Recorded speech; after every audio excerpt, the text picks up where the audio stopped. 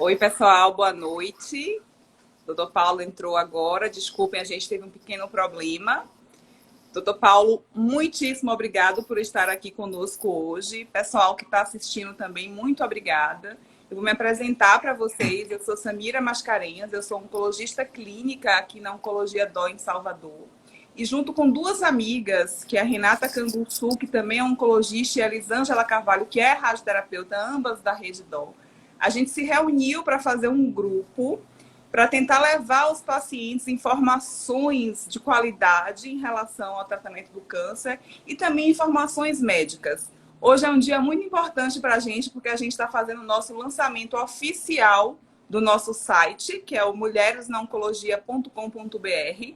Vocês podem ver lá, a gente inclusive faz algumas homenagens a mulheres especiais na oncologia. E hoje a gente está aqui com o Dr. Paulo Hoff. Dr. Paulo Hoff, ele é diretor do ICESP, né, que é o Instituto do Câncer do Estado de São Paulo, e ele é o presidente da Oncologia Dó. Doutor Paulo, muito obrigada mais uma vez.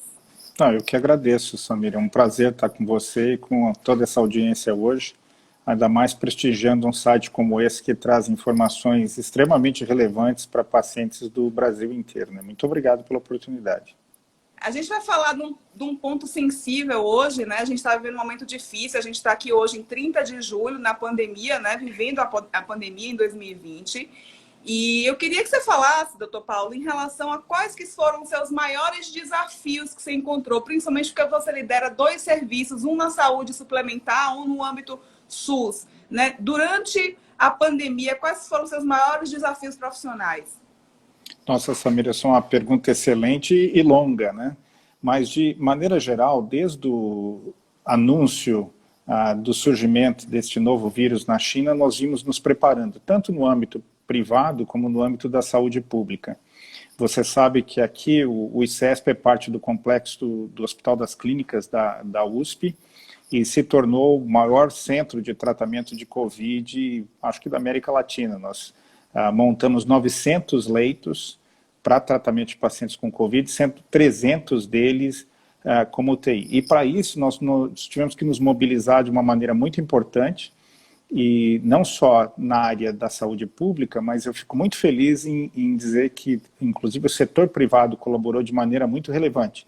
A própria Rede Dó nos ajudou adotando toda a ala oncológica deste serviço. Então, doando participação de médicos, nós tínhamos intensivistas, a participação de enfermeiros, de grupos de apoio. E outros hospitais, como Sírio-Libanês, Einstein, HCOR, também se mobilizaram para ajudar.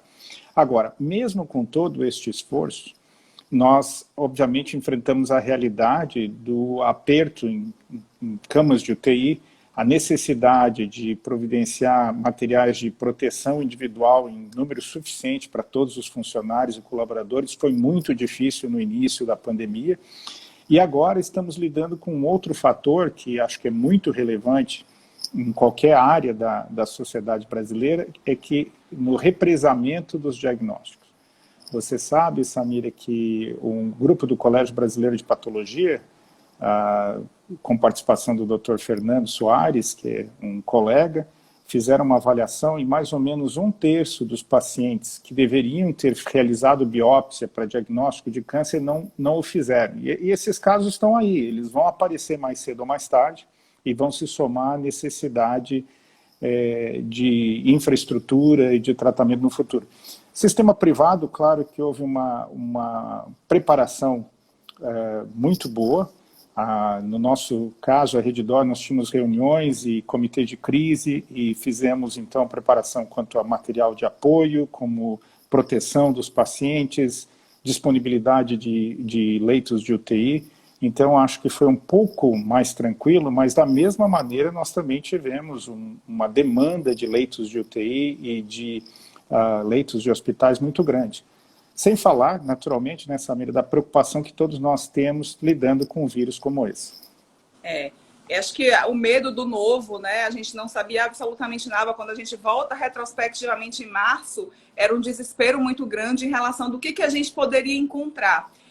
Acho que você falou um ponto que vai ficar marcado, né, da pandemia, é que a gente começou, a sociedade ela começou a se organizar, uma empatia, compaixão, e eu acho que a responsabilidade social das empresas, elas vieram à tona, e a Redditor teve esse papel importante que a gente já se pontuou muito bem. E acabou que o Corona, de alguma forma, ele acabou funcionando como um acelerador do futuro. A gente vinha com algumas práticas que estavam em stand-by ali, né? Uma delas é a telemedicina, estava em discussão, existia ainda a formatação de como é que nós iríamos fazer, e de repente a gente se viu, principalmente você que está na liderança, teve que atuar rapidamente para que a gente pudesse manter segurança de paciente, conseguisse manter o atendimento desses pacientes à distância. E assim, eu queria que você mostrasse um pouco do que você acha que vai acontecer no futuro em relação à telemedicina, por exemplo. Então, a telemedicina é algo que foi muito, muito discutido recentemente no Brasil, com opiniões fortes pró e contra, né? O que a pandemia mostrou é que nós não poderíamos abrir mão de uma tecnologia como essa em prol dos nossos pacientes, particularmente em momentos difíceis. É claro que a teleconsulta não substitui uma primeira vez de um paciente oncológico conosco, mas para o acompanhamento do paciente em tratamento mais simples ou acompanhamento de longo prazo, se mostrou extremamente útil. Eu acho que é um caminho sem volta. A teleconsulta ela vai precisar ser refinada, mas ela vai ficar por aqui. Da mesma maneira que o home office, que era algo muito discutido, vai ficar por aqui, porque nós estamos vendo que, na realidade, a produtividade aumentou, né, com o home office. Então, são realidades novas. Finalmente, nosso mercado de trabalho parece que vai dar um salto diferente, né, um salto qualitativo importante. Talvez a gente possa aproveitar isso até para melhorar a qualidade de vida de todos nós, né? Sim, com certeza. Esse é um ponto que eu acho que vai ser um virar de chave na sociedade, né? Porque a gente precisou vivenciar para poder aceitar. Existe uma resistência muito grande. Paulo, o que você acha em relação à educação médica continuada, que também foi uma outra transformação? Especialmente você que tem um papel muito importante na residência, tem uma liderança importante a nível nacional, né, dentro de duas instituições tão importantes. O que você acha? Como é que vai mudar? A ASCO esse ano foi totalmente online. Os outros congressos também não conseguiram ser realizados. Isso vai ficar? Olha, eu acho que fica assim, Samira, porque existe um aspecto muito negativo de você ter os congressos online, que é a falta do networking, a falta da possibilidade de você encontrar velhos amigos, de você realmente, inclusive, sair da sua realidade normal e se dedicar inteiramente a essa experiência de aprendizado.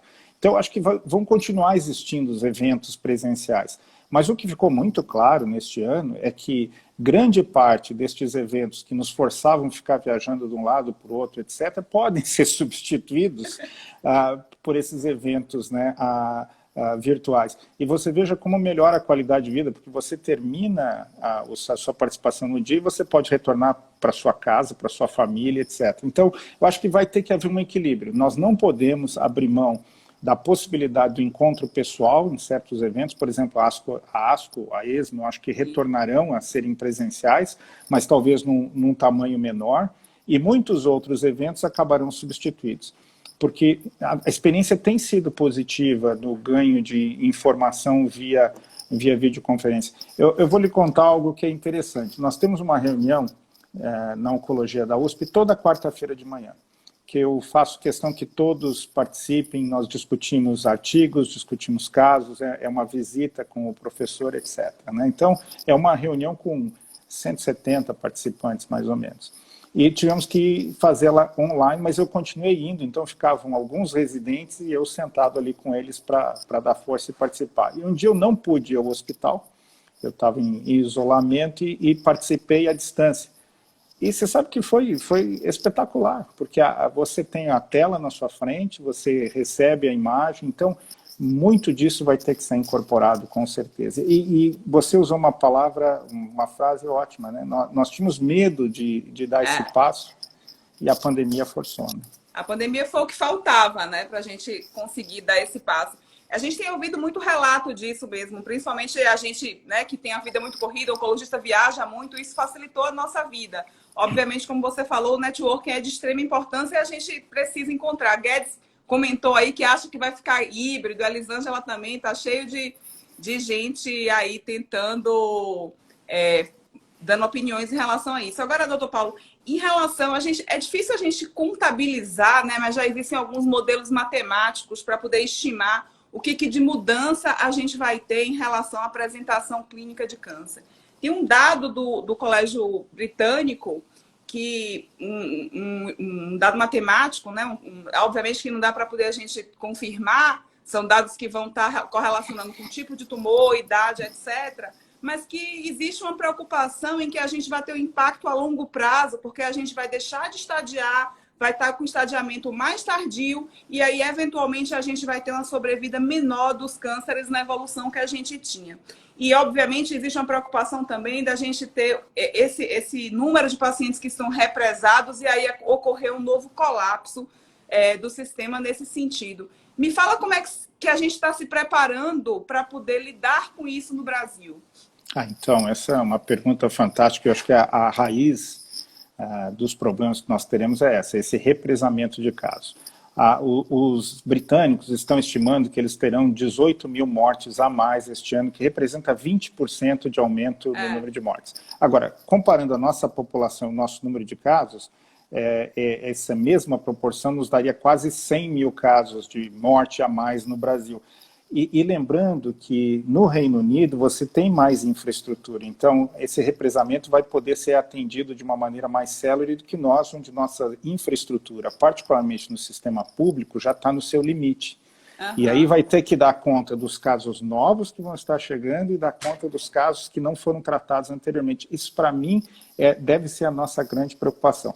No sistema privado, né, Samira, nós estamos um pouco melhor preparados para isso, porque a capacidade instalada ela é um pouco mais folgada, tem um pouco mais de folga, né, nos números. Mas mesmo no sistema privado, nós vamos ter que nos atermos para tempo de radioterapia. Você mencionou, Elisângela, acho que vamos ter que pensar mais em hipofracionamento de radioterapia, vamos ter que pensar em racionalizar as cirurgias para dar conta de um número muito grande de pacientes que vão chegar com estágios mais avançados da doença.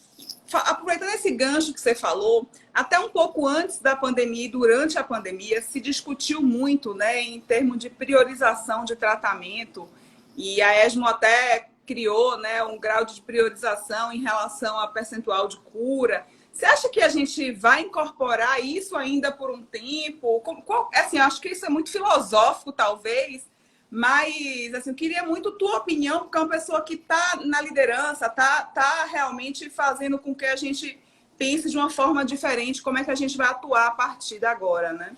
Olha, Samira, eu acho que nós vamos ter que continuar pensando na racionalização do nosso tratamento, mas vamos lembrar que racionalizar não é racionar.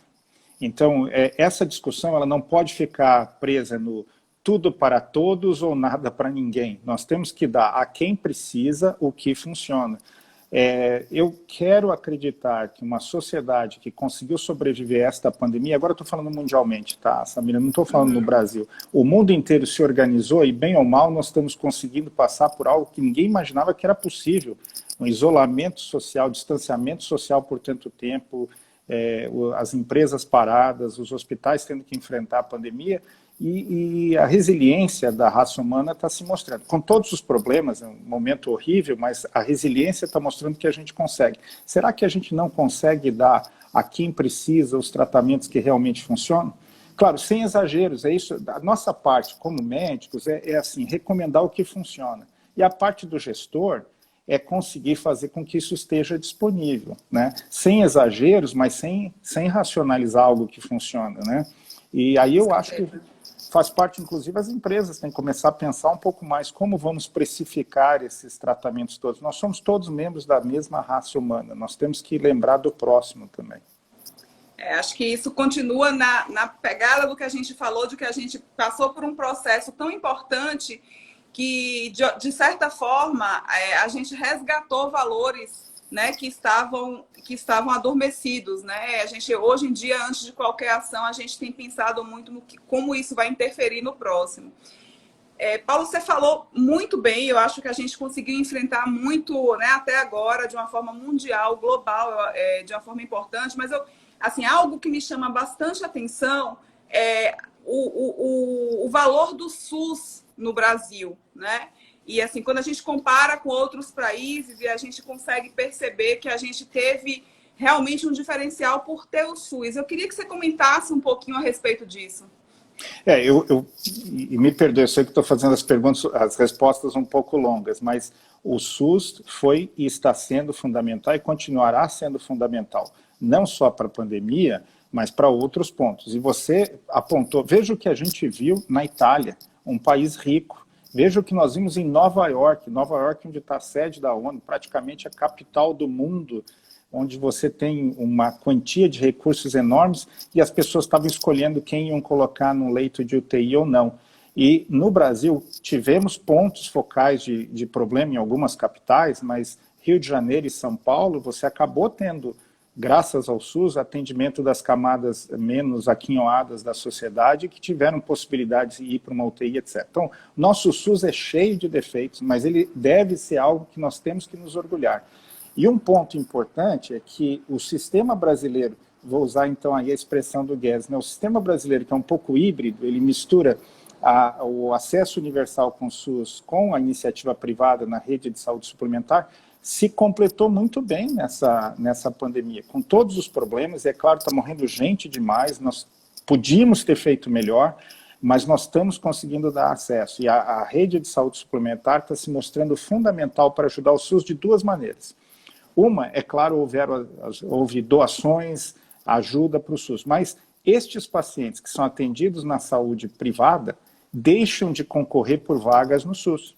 Então, está ajudando o SUS a tirar esta necessidade. Agora, vamos fazer força para o SUS melhorar mais, porque ele pode ser melhor. Com certeza. Outra coisa, Paulo, que a gente viu, né, durante a pandemia e continua vendo, a pesquisa ela virou o centro, né? Acho que a gente trouxe isso muito para a população, como que a pesquisa funciona, como é o desenvolvimento de uma droga. De repente, os pacientes estavam todos interessados como é que funciona o desenvolvimento, por exemplo, de uma vacina. Como é que você acha que a gente pode utilizar isso a favor da evolução da medicina no Brasil? Eu acho que isso foi algo muito positivo, mas que precisa ser trabalhado, Samira, porque ao mesmo tempo em que houve um interesse maior na pesquisa, e acho que isso é muito importante com valorização do trabalho de pesquisa, nós notamos que mesmo no meio médico, há ainda um pouquinho de desconhecimento em relação do que é o método científico, né? Eu vi pessoas dizendo assim, olha, meu vizinho fez tal coisa, ficou bom, então tal coisa cura a Covid. Não é assim que funciona. Nós sabemos que a vasta maioria das pessoas vai curar, independente do que você faça com, sem ou apesar de tratamento, e existe todo um método científico que mostra o que funciona ou não funciona. Então, talvez aí entre um dos problemas que é o WhatsApp e as mídias sociais trazem coisas fundamentais e mais uma vez parabenizo a você, Elisângela, Renata, por estarem trazendo informação de qualidade para as pessoas, mas também se dissemina barbaridades que ficam difíceis da gente acreditar que alguém teve coragem de colocar isso numa mídia social e está circulando. Então, eu acho que nós vamos ter que pensar como nós preparamos a nossa sociedade para voltar a acreditar na ciência, né? Há um descrédito da ciência, principalmente na classe média, que precisa ser revertido. E isso não é brasileiro, viu, Samira? Isso acontece nos Estados Unidos, acontece na Europa, na Ásia, e isso é muito ruim. A ciência tem que voltar a ser a resposta e não o problema.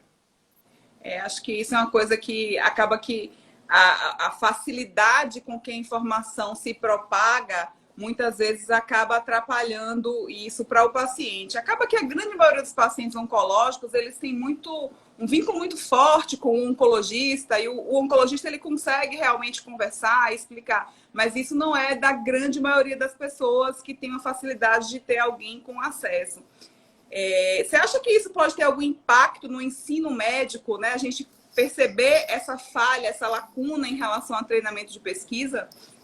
Ontem eu conversava com a Margarete Dalcomo, que é uma investigadora da Fiocruz, que está muito ativa, né, nessa área da Covid, e nós discutimos exatamente isso, Samira, a necessidade que nós temos de melhorar este aspecto do nosso ensino médico. A gente tem que concentrar um pouco de dar aquelas bases, o que é pesquisa, como você disse, como ela funciona, quais as limitações, e explicar para as pessoas níveis de evidência. Nós, como oncologistas, temos talvez não sei se é uma vantagem, mas uma facilidade, porque nós trabalhamos com nível de evidência há bastante tempo, né? Mas isso precisa ser disseminado em todas as faculdades médicas. Algumas já fazem isso, outras precisam adotar. Porque a informação, e isso é muito importante, não vamos falar só de Covid, a informação, ela hoje duplica, informação médica total, hein? Ela duplica em menos de 6 meses, ou seja, todo o conhecimento médico humano duplica em menos de 6 meses. É impossível você sair da faculdade e não continuar aprendendo. E para isso você precisa ter essa noção, essa ferramenta de compreensão do que está sendo feito, e eu acho que a gente tem que melhorar. Isso nós temos que melhorar nas faculdades. Acho que a gente conseguiu identificar um ponto que precisa de atenção e melhoria na educação médica também, né? A Fernanda, que é residente na Camargo, mandou uma pergunta.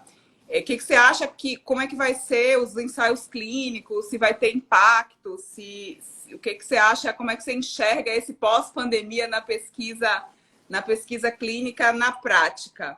Né? Então, a gente já lá. teve uma diminuição importante, né, de recrutamento, diminuição de feasibilities. Nós tivemos vários problemas com a pesquisa, com a Covid. Os pacientes ficaram mais preocupados de vir até o hospital. 2, nós mesmos não queríamos que eles ficassem vindo tão frequentemente. Houve problema com os monitores, porque você não queria também pessoas não associadas ao tratamento entrando no hospital e se expondo. E algumas indústrias, muitas indústrias, que são os grandes patrocinadores atuais, reduziram a atividade porque estavam concentrando em outras áreas. Mas eu diria para a Fernanda, fique tranquila, isso é temporário. A pandemia vai passar. A humanidade está resoluta em encontrar essa vacina, que eu acho que vai ser a solução, vai ser quando nós tivermos a vacina, e eu acho que, se Deus quiser, a sociedade vai reconhecer o esforço que a medicina e a ciência estão fazendo e vão dar força para que nós projetemos, inclusive, um aumento na pesquisa. Eu acho que o Brasil está se destacando neste momento na área da pesquisa. Você veja, praticamente todas as vacinas, com exceção da Moderna, as outras 3 vacinas que são promissoras estão fazendo suas pesquisas no Brasil. Isso é muito bom para nós, está chamando a atenção. Com certeza. A gente já era um ponto de interesse, né, antes, e agora eu acho que entenderam, acho que também o processo de regulamentação, regulatório se acelerou, a gente conseguiu, eu estava discutindo ontem, inclusive, a gente teve projeto aprovado em 24 horas, coisa que a gente não tinha previamente, então acho que o problema é a gente tentar manter isso, né? Como é que a gente vai conseguir manter isso pós-pandemia, mas é difícil. Falando um pouquinho aí da vacina, né? Já que você tocou nesse ponto, eu queria te perguntar, assim, óbvio que a gente espera muito, né, que tenha essa vacina e que a gente consiga realmente vacinar a população em massa, a gente não deseja que seja imunidade de rebanho, obviamente, porque senão a gente vai ser às custas de muita perda. Mas existe a possibilidade, eventualmente, da gente não encontrar a vacina e a gente precisar viver com 2 mundos paralelos, porque muito provavelmente, se a gente não encontrar rapidamente a vacina, a gente vai precisar ficar endêmico com Covid até que se encontre. Como é que está hoje, depois desse tipo de pandemia? A gente está preparado, doutor Paulo, para poder estar separado, fluxos separados? Me conta um pouco isso. Então, vamos lá. Antes, eu vou te responder, Samira, mas deixa eu fazer um elogio, porque você sabe que eu sempre fui um grande crítico dos tempos regulatórios no Brasil e sempre lutei para que nós tivéssemos mais facilidade de acesso à pesquisa. Então, por justiça, eu tenho que parabenizar o Jorge Venâncio e a CONEP pela celeridade com que estão lidando com essa pandemia, a necessidade, mostrando que dá para fazer, né? Então, vamos continuar fazendo depois da pandemia, celeridade nas aprovações.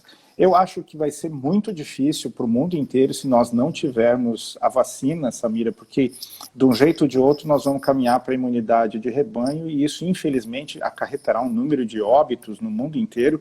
Eu não gosto nem de pensar nisso, né? Já está horrível agora, imagina nessa situação. Tem alguma esperança, algumas pessoas alguns cientistas começam a achar que talvez exista um pouco de imunidade cruzada com outros coronavírus, então talvez com 20% ou 30% de exposição você começa a parar a dispersão do vírus, mas será bastante complicado. Quanto à separação, eu acho que nós estamos aprendendo a fazer. Os hospitais já fazem isso muito bem, né? Você tem uma segregação do paciente suspeito de Covid e do paciente sem Covid, isso já está sendo feito. Então, os hospitais estão muito seguros e entendendo bastante o que está sendo feito. As clínicas estão fazendo isso também. Mas no dia a dia, você imagina se você tiver que segregar e separar em todas as atividades humanas, vai ficar bastante complicado. E o custo disso também, né?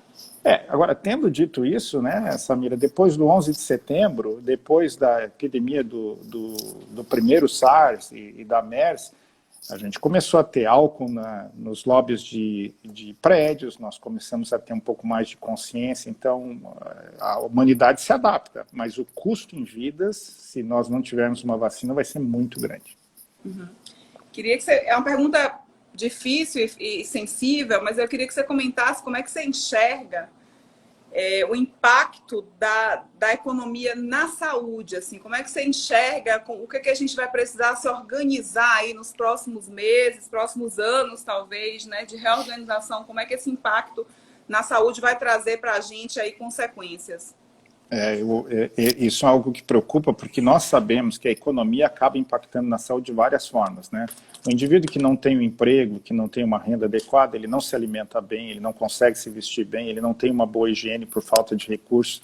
E pior, dificulta você melhorar algo que é fundamental, que é a educação dos mais jovens, porque aí ele vai ter que colocar o filho ou a filha para trabalhar cedo, ou seja, é muito ruim isso. E nós temos hoje evidência que a economia vai tomar um baque muito grande por causa da Covid. Aí eu acho que nós temos que nos conscientizarmos que nós, embora estejamos todos juntos no planeta, estamos em situações diferentes, uns melhor e outros pior. Aqueles de nós que conseguiram continuar trabalhando, etc., acho que nós vamos ter que fazer um esforço para ajudar quem teve problemas. Coisa simples, olha, vamos sair mais para jantar fora, para almoçar fora, porque você vai ajudar o cozinheiro, vai ajudar o pessoal da limpeza, vai ajudar o garçom. Então, vamos fazer mais isso. Vamos comprar mais no mercadinho da vizinhança, né? Porque as grandes redes continuaram vendendo pela internet. O mercadinho está fechado. Então, vamos ver se a gente ajuda ele, etc. E não adianta. Os governos do mundo inteiro já se conscientizaram. É necessário que você faça um esforço grande de liquidez, de injeção de liquidez, para evitar uma depressão que em cima de uma pandemia seria horrível, né? Eu vi um número muito interessante que o Brasil já comprometeu 350 bilhões de dólares até esse momento. A maior parte desse dinheiro foi comprometido com a garantia de renda e com manutenção da liquidez no mercado. Então é dinheiro bem aplicado. Só que aumenta a dívida pública e nós vamos pagar isso nas décadas seguintes. Mas não tem jeito, é o que nós vamos ter que fazer, injetar liquidez. E nós, que, graças a Deus para os médicos, nesse sentido, nós continuamos tendo trabalho, etc., vamos ajudar o próximo, inclusive fazendo coisas que a gente gosta, comendo fora, comprando, etc. Acho que isso uma coisa muito legal que a pandemia trouxe, né? Eu já tinha comentado no início.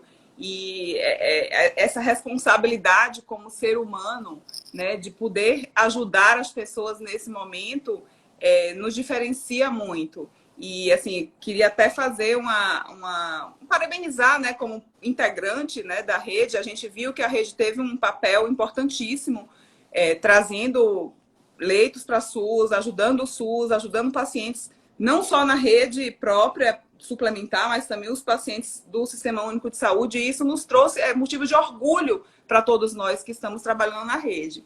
Agora, doutor Paulo, eu queria que você falasse um pouco da questão que a gente vai vivenciar e que está vivenciando hoje muito na classe médica já, e você como líder, né, deve ter passado por muitas experiências durante esse processo de pandemia, é a questão do estresse, né? O burnout em profissionais de saúde. Como é que lida com isso? O que você recomenda? Como é que você atuou, né, nesse período? Olha só, Samira, muito relevante a questão do estresse, pela atuação no ambiente de risco, né? Todos os colegas médicos, enfermeiros, profissionais da área de saúde, até mesmo o porteiro dos hospitais está trabalhando com uma área de risco, né? E isso mexe com a tensão, isso é um problema que as pessoas têm que tentar trabalhar. Na maior parte das vezes, a gente recomenda que a pessoa procure relaxar, dormir melhor, comer bem, ter algum tipo de atividade mais lúdica, ou uma leitura, ou assistir alguma coisa que você gosta, você tem que tentar relaxar. Mas o que é muito importante, a gente tem feito, é disponibilizado a funcionários, colegas médicos, etc., também apoio profissional, de psicanálise, se isso for necessário. Não é vergonha você ter um burnout ou ter ansiedade, até depressão numa situação como essa, absolutamente compreensível, né? Precisa A gente tem ser vivido trabalhado. muito isso, né? Com não só colegas, mas também até os próprios pacientes têm vivido um estresse muito grande. A gente, especialmente a gente oncologista, que os pacientes precisavam continuar tratamento. No início eles estavam muito ansiosos, não sabiam se continuava ou não. Agora eles já estão mais tranquilos, já conseguem perceber a separação do fluxo, já estão entendendo um pouco melhor, e eu acho que isso trouxe, aos poucos, vem trazendo os pacientes na sua rotina. Mas realmente é um momento muito difícil e a gente precisa, como você falou, se precisar de ajuda, sinalizar, né? Todos nós, na verdade. É verdade. Queria que você falasse um pouco de quais foram os aprendizados que a gente vai levar com a gente, o que você leva com você dessa pandemia. Olha, primeiro, eu nunca imaginei que nós fôssemos ter uma pandemia que fosse colocar o mundo de joelhos como colocou. Isso foi algo que surpreendeu.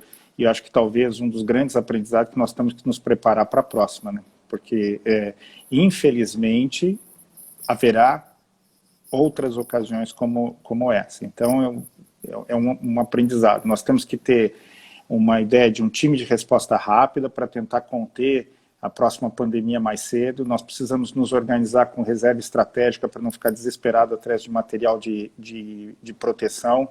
Equipamentos hospitalares tem que ter reserva. Nós temos que ter produção nacional, não dá para terceirizar tudo para um país fora, como foi feito. E não é nada pessoal contra a China ou contra qualquer país, mas um país precisa ter produção nacional de insumos essenciais, pelo menos uma parte, né?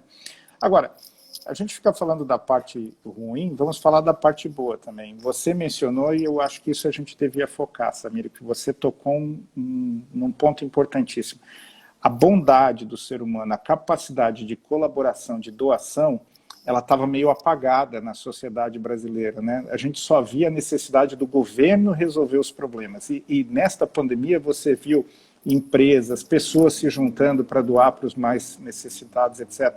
Vamos ver se a gente mantém esse espírito como nação, né? Que nós participemos também da solução, que a gente ajude como puder ajudar e que as empresas abracem essa versão, sua versão social, que deixa a gente muito orgulhoso. Como você, eu fiquei muito orgulhoso da resposta que a rede deu, mas vários outras instituições, empresas fizeram a mesma coisa, né? Bancos, hospitais, empresas de produção. Nós ganhamos, na USP, ganhamos máscaras, equipamento de proteção individual feito por empresas. Isso tem que ser mantido. Outro ponto que o aprendizado nosso é que a gente consegue viver com menos.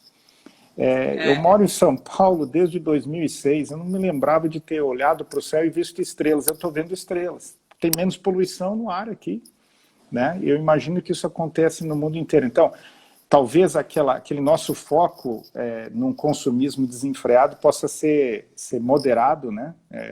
Porque deu para ver que o que nós precisamos mesmo são os amigos, os familiares, nos cuidarmos, né? Acho que a gente pode rebalancear a vida pós-pandemia também.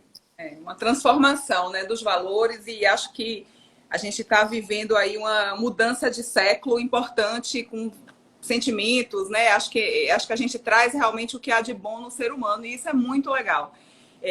Acho que a gente perpetuar esse movimento é importante, e mais do que quem pode ajudar, mas aqueles que não podem também enxergar, né, como você falou, a responsabilidade social nos negócios. Então, a gente precisa trabalhar, a empresa que precisa enxergar a sociedade, né? Nós somos todos únicos.